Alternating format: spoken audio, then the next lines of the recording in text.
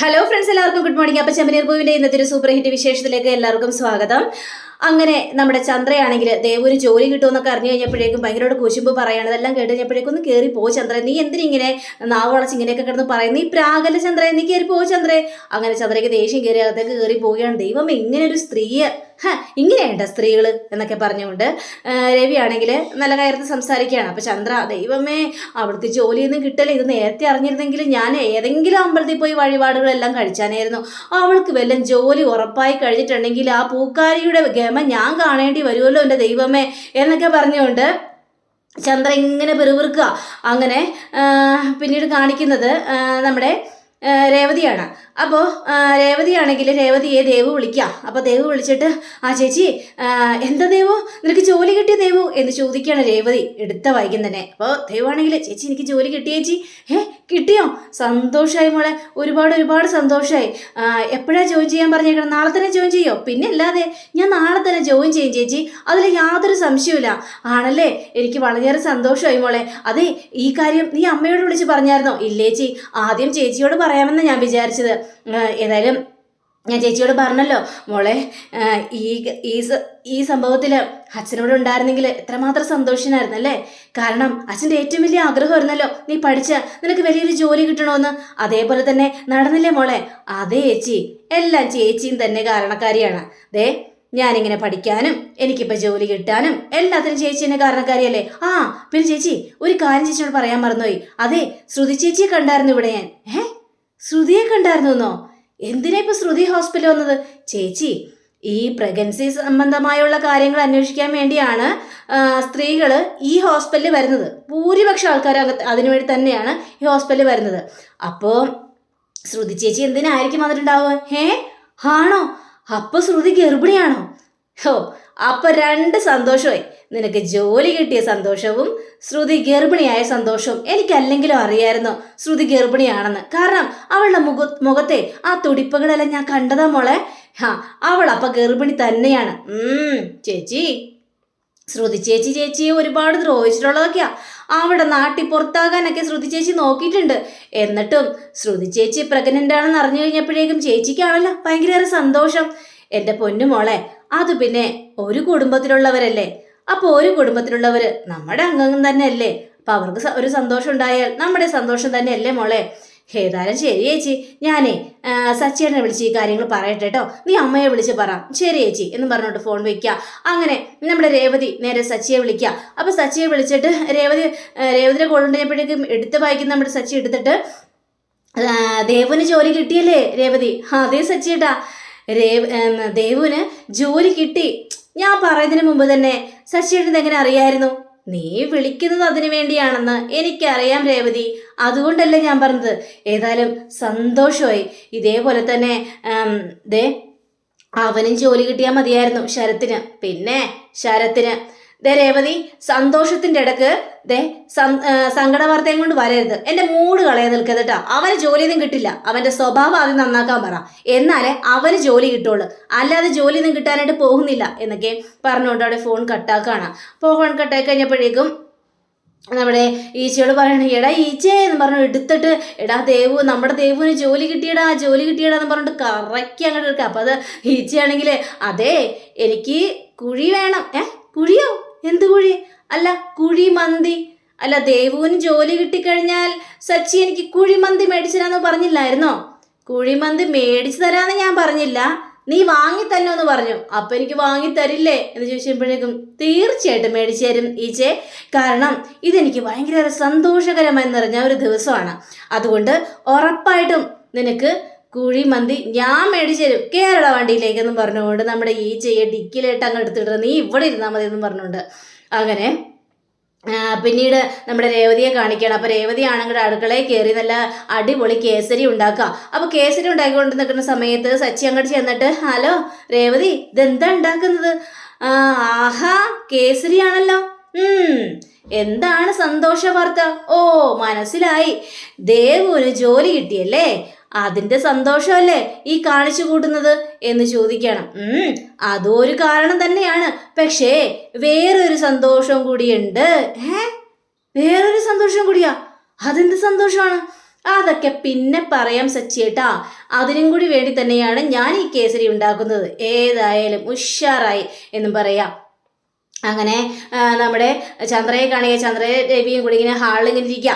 ആ സമയത്ത് ചന്ദ്രയാണെങ്കിൽ രേവതി, വിശക്കുന്ന രേവതി, എന്തെങ്കിലും കൊണ്ടുവാ രേവതി എന്ന് പറഞ്ഞു കഴിഞ്ഞപ്പോഴേക്കും ചന്ദ്രേ, നീ ഇവിടെ ചുമ്മാ ഇരിക്കില്ലേ ചന്ദ്രേ, നിനക്ക് അടുക്കളയിൽ പോയി എന്തെങ്കിലും എടുത്തോണ്ട് കഴിച്ചാലെന്താ കുഴപ്പം?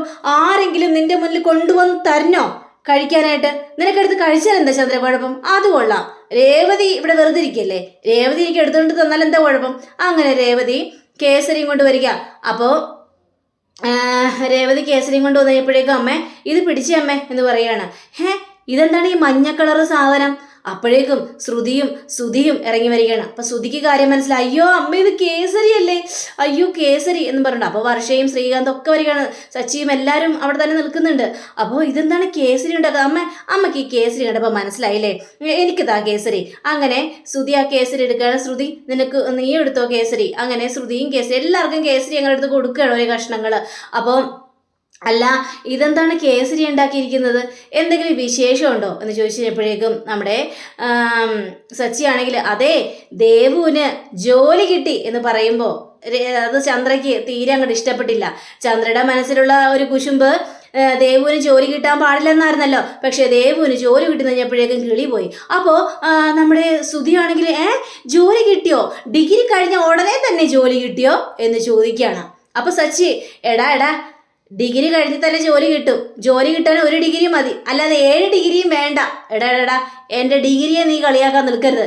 ഈ അക്കൗണ്ടൻ്റായിട്ട് ജോലിയൊന്നും എനിക്ക് ആവശ്യമൊന്നുമില്ല, എനിക്ക് അതിനേക്കാളും നല്ല ജോലികൾ കിട്ടും. അപ്പോഴേക്കും വർഷയാണെങ്കിൽ എന്നിട്ട് സുധിച്ചേട്ടന് ജോലിക്കൊന്നും പോയി ഞങ്ങൾ കണ്ടിട്ടില്ലല്ലോ, സുധിച്ചേട്ടന് ഒരു ജോലിയും ഇല്ലല്ലോ എന്നും പറഞ്ഞുകൊണ്ട് കളിയാക്കുകയാണ്. അപ്പോഴേക്കും നമ്മുടെ രേവതി ആണെങ്കിൽ അതെ ഈ കേസരി ദേവുവിന് ജോലി കിട്ടിയത് കൊണ്ട് മാത്രമല്ല, ഇത് ഞാൻ ഉണ്ടാക്കിയത് ശ്രുതിക്കും കൂടി വേണ്ടിയാണ് എന്ന് പറഞ്ഞപ്പോൾ എല്ലാവരും ഞെട്ടിപ്പോവാണ്. ശ്രുതിക്ക് വേണ്ടിയോ? അപ്പോൾ ശ്രുതി ചോദിക്കുകയാണ് എനിക്ക് വേണ്ടിയോ? എന്താ രേവതി പറയുന്നത്? അതെ എല്ലാവരോടും ഒരു സന്തോഷ വാർത്ത പറയാനുണ്ട്, ശ്രുതിയെ ഒരമ്മയാകാൻ പോകുന്നു. ഇത് കഴിഞ്ഞപ്പോഴേക്ക് സച്ചിക്കും വർഷയ്ക്കും ശ്രീകാന്തിനും ഒക്കെ സന്തോഷം തോന്നിയെങ്കിലും ഈ ശ്രുതിയും ചന്ദ്രയും അതേപോലെ തന്നെ സുധിയും ഒക്കെ ഞെട്ടിപ്പോവാണ്. എന്തൊക്കെയാ പറയുന്നത് എന്ന് ചോദിക്കുകയാണ്. അപ്പോൾ വർഷ ഓടി വന്നിട്ട് ശ്രുതിക്കൊരു ഉമ്മയൊക്കെ കൊടുത്തിട്ട് കൺഗ്രാജുലേഷൻ ചേച്ചി ഒരു അമ്മയാകാനായിട്ട് പോകുന്നതാണല്ലോ. എന്തൊക്കെയാ വർഷ ഈ പറയുന്നത്? അപ്പോൾ നമ്മുടെ ചന്ദ്രയ്ക്ക് അരിശം വന്നിട്ട് ശ്രുതി സത്യമാണ് കേട്ടത്, നീ ഒരമ്മയാകാൻ പോവുകയാണോ? എന്നിട്ട് നീ ആ സത്യം എന്നോട് എന്ത് തുറന്നു പറഞ്ഞില്ല, നീ രേവതിയോടാണോ പറഞ്ഞത്? രേവതി പറഞ്ഞിട്ട് വേണോ ഈ സത്യങ്ങൾ ഞങ്ങൾ അറിയാനായിട്ട്? നീ ചെയ്തത് വളരെയേറെ തെറ്റായ കാര്യമാണ് ശ്രുതി, ഇതെനിക്ക് ഒട്ടും പൊറുക്കാനായിട്ട് പറ്റില്ല എന്ന് പറഞ്ഞപ്പോഴേക്കും അപ്പോൾ ശ്രുതി നീയെങ്കിലും പറഞ്ഞു എന്നോട് എന്ന് ചന്ദ്ര ചോദിക്കണം. അയ്യോ അമ്മേ ഞാൻ അറിഞ്ഞില്ല അമ്മേ, ഞാൻ ഇപ്പോഴറിയുന്നത്, ഇവള് അമ്മയാകാൻ പോകുന്ന കാര്യം ഞാൻ ഇപ്പോഴറിയുന്നത്. കണ്ടോ നീ അവനോട് സ്വന്തം ഭർത്താവിനോട് പോലും പറഞ്ഞില്ലല്ലേ, എന്നിട്ട് രേവതിയോട് പറഞ്ഞിരിക്കുന്നു എന്ന് ചോദിച്ചപ്പോഴേക്കും നിങ്ങളൊന്ന് നിർത്തുന്നുണ്ടോ? അതിനാരാ പറഞ്ഞത് ഞാൻ പ്രഗ്നന്റ് ആണെന്ന്? ഞാൻ അമ്മയാകാനൊന്നും പോകുന്നില്ല എന്ന് പറഞ്ഞപ്പോഴേക്കും എല്ലാവരും ഞെട്ടിപ്പോവാ. അപ്പോൾ നമ്മുടെ രേവതി ആണെങ്കിൽ ശ്രുതി നീ പ്രഗ്നന്റ് അല്ലേ എന്ന് ചോദിച്ചു. നിന്നോട് ആരാ പറഞ്ഞോ ഞാൻ പ്രഗ്നന്റ് ആണെന്ന്? അല്ല നീ ഹോസ്പിറ്റലിൽ പോയതോ? അപ്പോൾ എല്ലാവരും ചോദിക്കണം ഹോസ്പിറ്റലിൽ പോയെന്നോ? എന്തിനാ ശ്രുതി നീ എന്തിനാ ഹോസ്പിറ്റലിൽ പോയത്? ഹോസ്പിറ്റലിൽ പോയെന്ന് പറഞ്ഞൊക്കെ സത്യം തന്നെയാണ് എന്ന് വിചാരിച്ച് ഞാൻ പ്രഗ്നന്റ് ആയതുകൊണ്ടാണ് ഹോസ്പിറ്റലിൽ പോയത്. അവിടെ ഒത്തിരി പേഷ്യൻ്റ് വരുന്നുണ്ടല്ലോ, അവരെല്ലാം പ്രഗ്നന്റ് ആണോ? അല്ലല്ലോ, ഞങ്ങളുടെ കല്യാണം കഴിഞ്ഞിട്ട് ആൻറ്റി 1 വർഷം ആയില്ലേ, ഞാൻ ഇതുവരെ കൺസീവ് ആയിട്ടില്ല. അതെന്താണ് എന്താ കാരണം എന്നൊക്കെ ഒന്ന് ചെക്കപ്പ് ചെയ്യാൻ വേണ്ടി ഞാൻ പോയതാണ് ആൻറ്റി അവിടെ. ഇത് കഴിഞ്ഞപ്പോഴേക്കും രേവതി ആകെ നാണം കെട്ടൊരവസ്ഥയിലായി പോയി. അങ്ങനെ രേവതിയോട് ചോദിക്കണം, അല്ല ഞാൻ ആ ഹോസ്പിറ്റലിൽ പോയ കാര്യം നിന്നോട് ആരാ പറഞ്ഞത്? അത് പിന്നെ അവിടെയാ ദേവുവിന് ജോലി കിട്ടിയത്, അങ്ങനെയാണ് ഞാൻ അറിഞ്ഞത്. ഓ അറിഞ്ഞ പാടി ഞാൻ അങ്ങാട് പ്രഗ്നന്റ് ആണെന്ന് നീ അങ്ങോട്ട് നിശ്ചയിച്ചു അല്ലേ? നിനക്ക് വല്ല പ്രാന്താണോ രേവതി? നിനക്ക് വായ വെച്ച് ചുമ്മാ ഇരുന്നൂടെ? നിനക്ക് സത്യങ്ങളൊന്നും തിരക്കാൻ പാടില്ലേ? അപ്പോഴേക്കും ഈ ചന്ദ്രയാണെങ്കിൽ അല്ലെങ്കിലും ബോധമില്ലാത്തതിനല്ലേ കെട്ടിക്കൊണ്ട് വന്നിരിക്കുന്നത്. ഒരു വിവരവുമില്ല, വിവരക്കേട് തന്നെ പറഞ്ഞുകൊണ്ടിരിക്കും. അപ്പോൾ സച്ചിയാണെങ്കിൽ അവളെ എന്തിനാ ഇങ്ങനെ കുറ്റപ്പെടുത്തുന്നത്? അതിനെ കുറ്റപ്പെടുത്തേണ്ട ആവശ്യമൊന്നുമില്ല. അവൾക്കൊരു സംശയം തോന്നി അത് പറഞ്ഞു. അതിന് ഇങ്ങനെ ദേഷ്യപ്പെടേണ്ട കാര്യമൊന്നുമില്ലല്ലോ. എന്ത് സംശയം തോന്നി, എന്ത് പറഞ്ഞു, എവിടെ വെച്ച് എന്ത് പറയണമെന്ന് ഇവൾക്ക് ഒരു ധാരണയില്ലേ? അപ്പോഴേക്ക് ശ്രുതിയാണെങ്കിൽ രേവതി നീ അങ്ങനെ പറഞ്ഞത് കൊണ്ട് ആൻറ്റി എന്നോട് ദേഷ്യപ്പെട്ടു, ആൻറ്റിയോട് ആദ്യം പറഞ്ഞില്ല എന്ന് പറഞ്ഞുകൊണ്ട് ഇതിൻ്റെയൊക്കെ വല്ല കാര്യം ഉണ്ടായോ? നീ കാരണമല്ലേ ഇവിടെ കൂടുതൽ ഇപ്പം പ്രശ്നം ഉണ്ടായത്, അല്ലെങ്കിൽ പ്രശ്നം ഉണ്ടാകുമായിരുന്നോ? സത്യാവസ്ഥ എന്താണെന്ന് തിരിച്ചറിയണം, അതിനുശേഷം വേണം പറയാനായിട്ട്. ചുമ്മാ മനുഷ്യന്റെ മൂടും കളയാൻ വേണ്ടി അങ്ങനെ പറഞ്ഞുകൊണ്ട് ഇങ്ങനെ ശ്രുതി പോകാനായിട്ട് ശ്രമിച്ചു കഴിഞ്ഞപ്പോഴേക്കും മോളെ ശ്രുതി കഴിക്കുന്നില്ലേ? വേണ്ട ആൻറ്റി, എനിക്ക് വേണ്ട, സമാധാനം കളഞ്ഞില്ലേ, ഇനി എന്തിനാ ഭക്ഷണം എന്ന് പറഞ്ഞുകൊണ്ട് ശ്രുതി കയറി പോവാ. ശ്രുതി കയറിപ്പോയി കഴിഞ്ഞപ്പോഴേക്കും ചന്ദ്രയാണെങ്കിൽ സമാധാനമായോ നിനക്ക്? ഇനി നീ ഉണ്ടാക്കിയ ഭക്ഷണം നീ തന്നെ അങ്ങോട്ട് വെട്ടി വിഴുങ്ങിക്കോ, അതിനു വേണ്ടിയാണല്ലോ നീ ഇത്രയും പ്രശ്നങ്ങൾ ഉണ്ടാക്കിയത്. ചന്ദ്രയൊന്നും നീ മിണ്ടാതിരിക്കുക എന്ന് രവിയും പറയുകയാണ്. അപ്പോഴേക്കും സച്ചി രേവതി അത്ര വലിയ തെറ്റ് കാര്യങ്ങളൊന്നും അല്ല പറഞ്ഞത്, അതിനെ പൗഡർ എടുത്ത് ഇത്രയ്ക്കും ദേഷ്യപ്പെടേണ്ട ആവശ്യവും ഉണ്ടായിരുന്നില്ല എന്ന് പറയാം. അങ്ങനെ ശ്രുതി ഇങ്ങനെ ഓരോ കാര്യങ്ങൾ ഇങ്ങനെ ആലോചിച്ചുകൊണ്ടിരിക്കുക. അപ്പോഴേക്കും നമ്മുടെ ശ്രുതി ഇങ്ങനെ വന്നിട്ട് എന്താണ് ഇതെന്താ ഇങ്ങനെയൊക്കെ, അല്ല രേവതി എന്താ കാണിച്ചു കൂട്ടിയത് എന്നൊക്കെ ഇങ്ങനെ ശ്രുതിയും ചോദിക്കുകയാണ്. ഏതായാലും നീ ഹോസ്പിറ്റലിൽ പോയല്ലേ? ഹോസ്പിറ്റലിൽ പോയി ഒന്ന് ചെക്കപ്പ് എടുത്താൻ വേണ്ടി പോയതാണ്. ഏതായാലും എത്രയും പെട്ടെന്ന് ഒരു കുഞ്ഞു വേണ്ടേ? കുഞ്ഞോ? ഇപ്പോഴും വേണ്ടേ? സമയമാകുമ്പോൾ ആയിക്കോളൂന്നേ കുഞ്ഞൊക്കെ. എപ്പോൾ സമയമാകുമ്പോൾ? നീ എന്താ ശ്രുതി ഇങ്ങനെയൊക്കെ പറയുന്നത്? എത്രയും പെട്ടെന്ന് നമ്മുടെ ഇടയിൽ ഒരു കുഞ്ഞു വേണ്ടേ എന്നൊക്കെ ചോദിക്കുമ്പോൾ അതൊക്കെ സമയം ഉണ്ടാക്കിക്കോളും. അല്ല നീ ഒരു കാര്യം ചെയ്യ്, നീ ഒരു ചെക്കപ്പ് നടത്ത്. ചെക്കപ്പോ? ഞാനെന്തിനാ ചെക്കപ്പ് എടുത്തത്? അപ്പൊ ചെക്കപ്പിന്റെ കാര്യം പറഞ്ഞപ്പോഴേക്കും ശ്രുതി ഒന്ന് ആകെ ഞെട്ടി. അല്ല ഇനി നിനക്ക് വല്ല എന്തെങ്കിലും കുഴപ്പമുണ്ടോയെന്നൊന്നും അറിയണമല്ലോ, അതിനു വേണ്ടി. എനിക്കൊരു കുഴപ്പമില്ല. അതെന്താ നീ അങ്ങനെ പറഞ്ഞു തീർത്ത്? അല്ല നീയും ആ നീലിമയും കൂടി ലിവിങ് ടുഗദർ ആയിരുന്നില്ലേ? ആ സമയത്ത് നീലിമ കൺസീവ് ആയിട്ടുണ്ടോ എന്ന് ചോദിക്കാം. ഇത് കേട്ടതും ശ്രുതിക്കാകെ കാലി വരിക. ശ്രുതി നീ എന്താ പറഞ്ഞത്? നീ എന്താ ചോദിച്ചത്? ഹോ അത് ശരി, അപ്പൊ ഞങ്ങൾ രണ്ടുപേരും ലിവിങ് ടുഗദറിലായി. ആ സമയത്ത് അവള് പ്രഗ്നന്റ് ആയി, അവളെ ഞാൻ അബോർഷൻ ചെയ്യിപ്പിച്ചു, അതല്ലേടി നീ പറഞ്ഞു വരുന്നത്? നിന്റെ മനസ്സിലിരിപ്പ് അതായിരുന്നല്ലേ? നാളെ ഉണ്ടെങ്കിൽ അയ്യോ ശ്രുതി ഞാൻ ആ ഒരു കാര്യത്തിന് ഉദ്ദേശിച്ച് പറഞ്ഞല്ല, നീ ഒന്നും പറയണ്ട. ഞാനൊരു കാര്യം അങ്ങോട്ട് ചോദിക്കട്ടെ, നീ പ്രസവിച്ചിട്ടുണ്ടോ എന്ന് ചോദിക്കുമ്പോൾ ശ്രുതിയും ഞെട്ടിപ്പോവാണ്. ശ്രുതി അനാവശ്യം പറയാൻ നിൽക്കരുത്. ഓഹോ, അപ്പോ ഞാൻ പറയുന്നത് നിനക്ക് അനാവശ്യമാണല്ലേ? അപ്പോൾ ശ്രുതി എന്താ പറഞ്ഞു വരുന്നത്? ഞാൻ നേരത്തെ കല്യാണം കഴിച്ചിട്ടുണ്ട്, അതിൽ കുഞ്ഞുങ്ങൾ ഉണ്ടായെന്നാണ് നീ പറയുന്നത്. എനിക്ക് എങ്ങനെ അറിയാം നിന്റെ കാര്യമൊക്കെ? ചിലപ്പോൾ അങ്ങനെയൊക്കെ സംഭവിച്ചിട്ടുണ്ടാവും, നീയല്ലേ ആള്. ശ്രുതി അനാവശ്യം പറയാൻ നിൽക്കുന്നു പറഞ്ഞുകൊണ്ട് രണ്ടുപേരും അങ്ങോട്ടും ഇങ്ങോട്ട് പൊരിഞ്ഞടി, കഴുത്തിന് കയറി കുത്തിപ്പിടിക്കില്ല, അങ്ങനെ പൊരിഞ്ഞടിയാണ്. എന്നെക്കുറിച്ച് നീ അനാവശ്യം പറയുന്നല്ലേ എന്ന് പറഞ്ഞ് ഭയങ്കര തല്ലുപിടിക്കാം. എന്നിട്ട് അവിടെ നിന്ന് പോവുകയും ചെയ്ത് കഴിഞ്ഞപ്പോഴേക്കും ശ്രുതിക്ക് ആകെ സങ്കടവും തോന്നി. ശ്രുതിക്കും വല്ലാത്തൊരു ടെൻഷൻ തോന്നി. കാരണം ശ്രുതി കറക്റ്റ് സത്യങ്ങളാണ് അവിടെ പറഞ്ഞത്. അപ്പോൾ നമ്മുടെ ചന്ദ്ര വരിക. അപ്പോൾ ചന്ദ്ര വന്നിട്ട് ചോദിക്കുകയാണ്, എന്ത് പറ്റി മോനെ, നീ എന്താ സങ്കടപ്പെട്ടിരിക്കുന്നത്? ഒന്നുമില്ല, നീ അന്ന് ഭക്ഷണം ഒന്നും കഴിക്കുക. വേണ്ട, എനിക്കൊന്നും വേണ്ട, നിനക്ക് എന്തോ പറ്റിയിട്ടുണ്ട്, എന്താന്ന് പറ.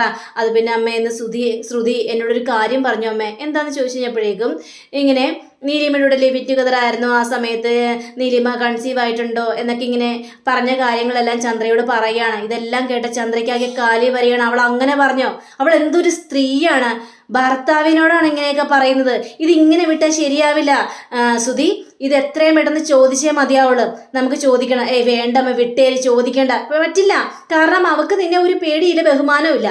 അതുകൊണ്ട് തന്നെ ഈ കാര്യങ്ങൾ ചോദിച്ചേ മതിയാവുള്ളൂ, നമുക്ക് ചോദിക്കാം, വാ ഇങ്ങോട്ട് എന്ന് പറഞ്ഞുകൊണ്ട് ശ്രുതിയുടെ കൈയും പിടിച്ച് വലിച്ചു കഴിച്ചുകൊണ്ട് നേരെ ശ്രുതിയുടെ അടുത്തേക്ക് പോവുകയാണ്.